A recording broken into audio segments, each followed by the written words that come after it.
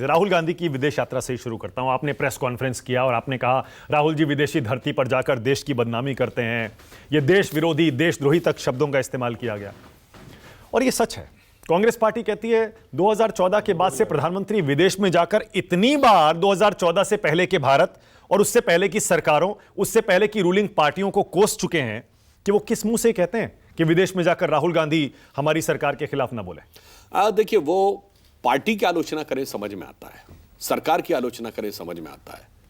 जब वो कहते हैं कि चाइना ने बहुत संघर्ष करके अपने को स्थापित कर लिया है और बेरोजगारी से अपने को मुक्त कर लिया है, और ये भूल ही जाते हैं कि जुलाई 2023 के बाद बेरोजगारी का डाटा देना बंद कर दिया था चाइना ने।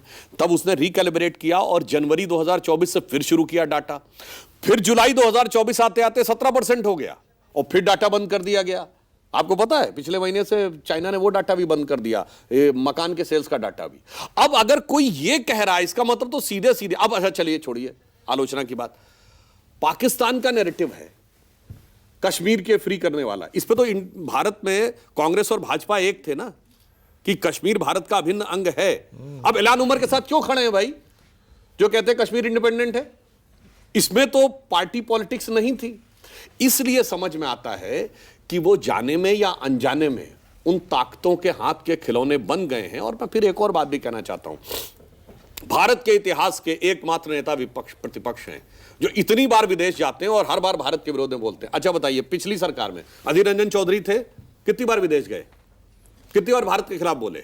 मल्लिकार्जुन खड़गे जी भी तो नेता प्रतिपक्ष हैं राज्यसभा में, कितनी बार विदेश गए, कितनी बार भारत के खिलाफ बोले? नहीं, अभी और आगे सुनिए, मनमोहन सिंह सरकार में सुषमा स्वराज जी, अरुण जेटली जी, कितनी बार आपने सुना? आइए अटल जी की सरकार में, राज्यसभा में मनमोहन सिंह जी और लोकसभा में सोनिया गांधी जी कितनी बार विदेश गई और जाके विरोध में बोला। पर सुधांशु जी, इनके नरसिम्हा राव की सरकार में अटल जी जाके समर्थन किए। सुधांशु जी, ये तो पूरी दुनिया इतनी छोटी हो गई। मैं कल भी कह रहा था अपने शो पर, डिजिटल इंडिया है। हिंदुस्तान में बोलिए, जर्मनी में बोलिए, अमेरिका में बोलिए, कहीं भी बोलिए, सोशल मीडिया पर तो सब जगह लोग पढ़ी सुनी लेते हैं। तो देश में बोलने में और विदेश में बोलने में क्या फर्क है? वही बात यहां कह रहे हैं, वहां कह रहे हैं, जो यहां कहते हैं वो फर्क क्या रहता है कि आप किसके सामने किस विचार से बोल रहे हैं।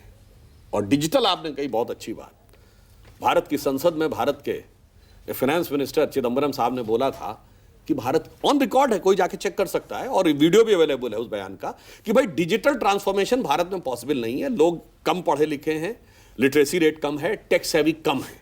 ये फाइनेंस मिनिस्टर ऑफ इंडिया का on floor of the house दिया गया बयान है, मगर प्रधानमंत्री मोदी जी को उस पर विश्वास था। आज क्या है सर, डिजिटल ट्रांजैक्शन में इंडिया नंबर 1 का कंट्री है वर्ल्ड में, और नॉट ओनली नंबर 1। आपने तो मेरा सवाल ही घुमा दिया। पूरी बात सुनिए तब समझ में आता है ना। आप डिजिटल की बात समझिए, 49% डिजिटल ट्रांजैक्शन हम करते हैं, which is put US and China together, तो हमारा ज्यादा है। और सुनिए, यूपीआई सरपास करके वीजा को हाईएस्ट डिजिटल ट्रांसफॉर्मेशन वाला बन गया। इसीलिए मैं कह रहा हूं, डिजिटल में भी अगर देखना है तो मोदी से सीख लो ना भाई। यहां बोलो या वहां बोलो, बोलो देश के हित में बोलो। पर